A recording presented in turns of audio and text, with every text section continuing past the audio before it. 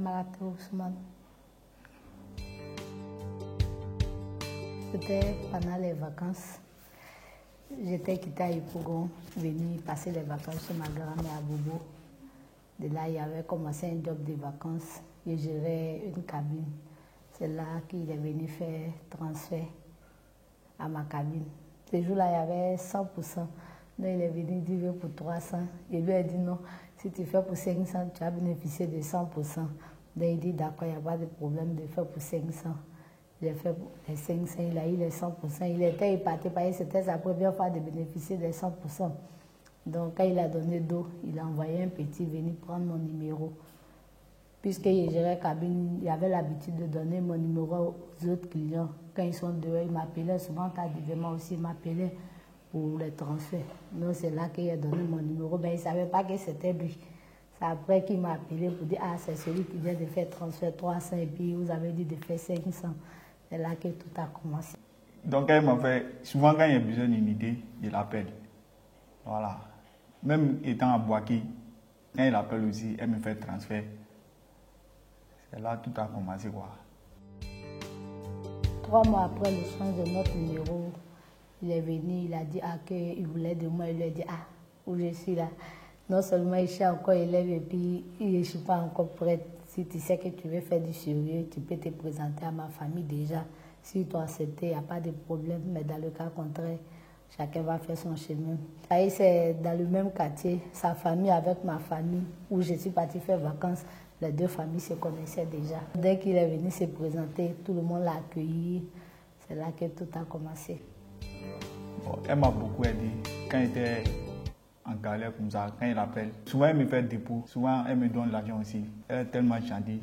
C'est tout ça qui a fait qu'il y a eu le courage de partir, dire que non, il veut la prendre comme ma femme. Je peux dire que c'est dans ma nature aussi, hein, d'aider les autres comme moi. Il a traversé tellement de preuves.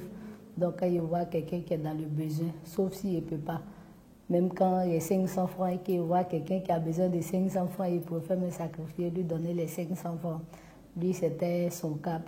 Quand on s'est rencontrés, il m'a expliqué un peu son histoire. Il orphelin de père, de mère, travailler en famille, tout ça. C'était pas facile. Donc, ça faisait qu'à chaque fois qu'il avait besoin de quelque chose et qu'il m'en parlait, il mettait tous les moyens de mon côté pour pouvoir l'aider. Il était sincère, il était toujours là avec moi. Quand j'avais toujours besoin de lui, quand je l'appelle, il n'avait pas les moyens financiers, mais il était toujours là pour moi, moralement. Côté conseil aussi, il me donnait toujours des conseils et tout. Donc c'est tout ça qui a fait qu'il n'ait pas hésité à accepter sa demande. 5 ans après, ça n'allait pas côté financièrement. Donc on a essayé de se préparer un peu. Comme nous sommes les musulmans, il y a beaucoup de trucs à faire. Donc on a acheté un peu tout ce qu'on pouvait. Quand ils gagnaient un peu, ils me donnaient, ah, si ça peut payer tel truc qu'ils ont dit. Puis ils avaient déjà pris la liste de leur côté.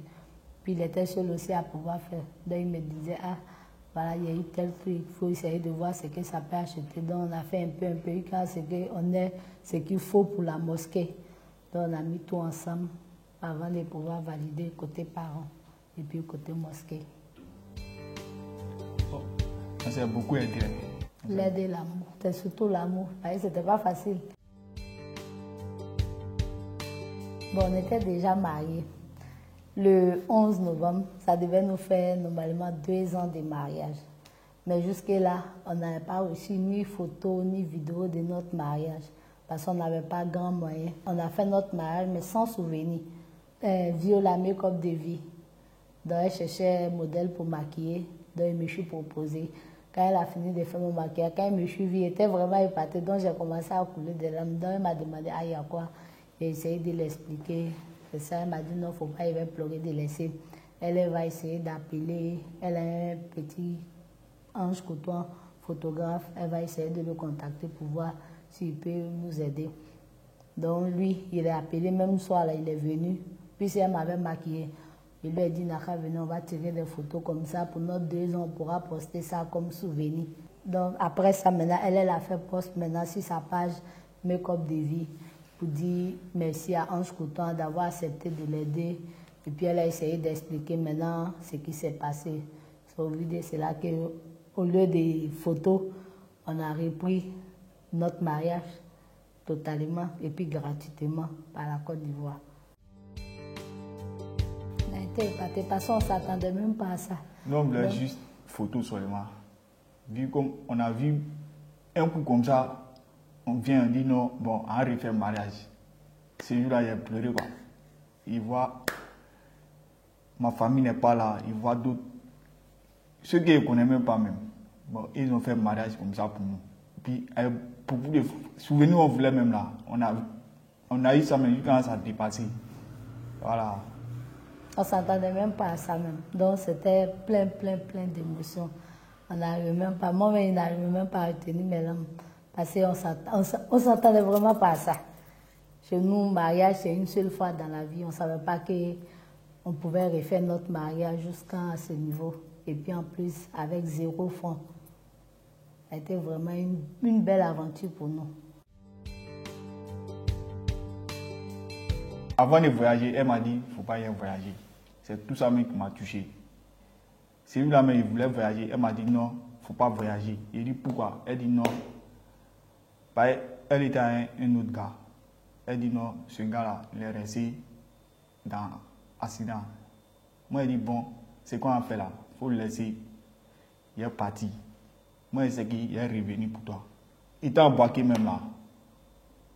C'est elle-même qui m'appelait. Tout ça aussi m'a donné le courage aussi. Tout ça, il a mis dans ma tête. Il me dit non, même s'il doit grouiller, comment, elle va devenir ma femme. J'aime tout chez lui, hein. Surtout le fait qu'il m'écoute. C'est pas évident, étant jeune comme ça, et puis être là, être guidé par sa femme. À chaque fois, prendre le conseil de sa femme pour travailler, c'est vraiment pas évident. Quand on regarde les autres, qu'ils soient jeunes, qu'ils soient vieux, c'est toujours difficile de communiquer. Mais quand il essaie de lui parler, quand il essaie de lui remonter le moral, il prend toujours ce qu'il lui dit pour pouvoir travailler avec. Il m'écoute beaucoup. Il m'écoute très bien même. Donc tout ça fait que ça me donne encore plus de courage de l'aimer. Et puis il est toujours à mes soins, toujours là pour moi. Donc tout ça fait que je me dis même qu'il ne pourrait même pas vivre sans lui encore. Il a trouvé mon âme sœur.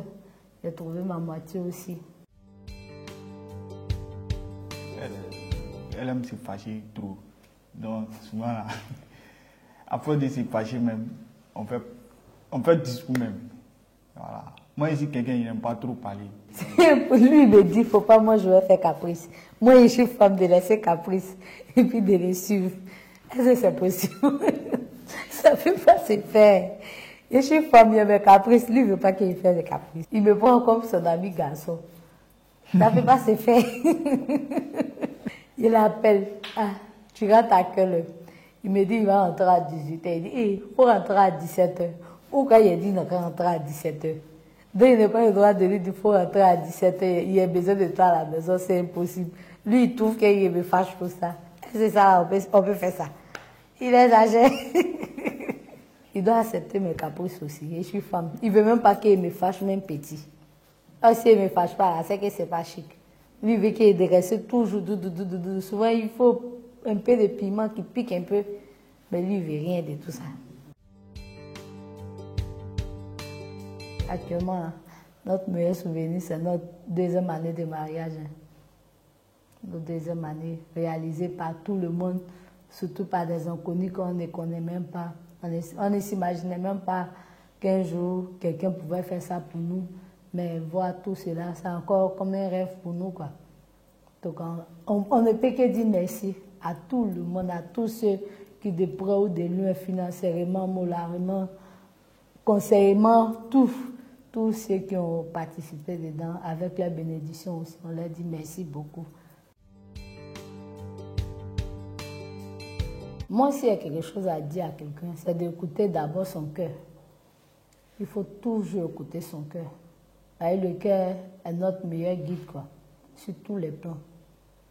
Tu peux avoir gros cœur, tu peux avoir tes défauts, mais quand ton cœur est sur quelqu'un, tu vas monter, tu vas descendre.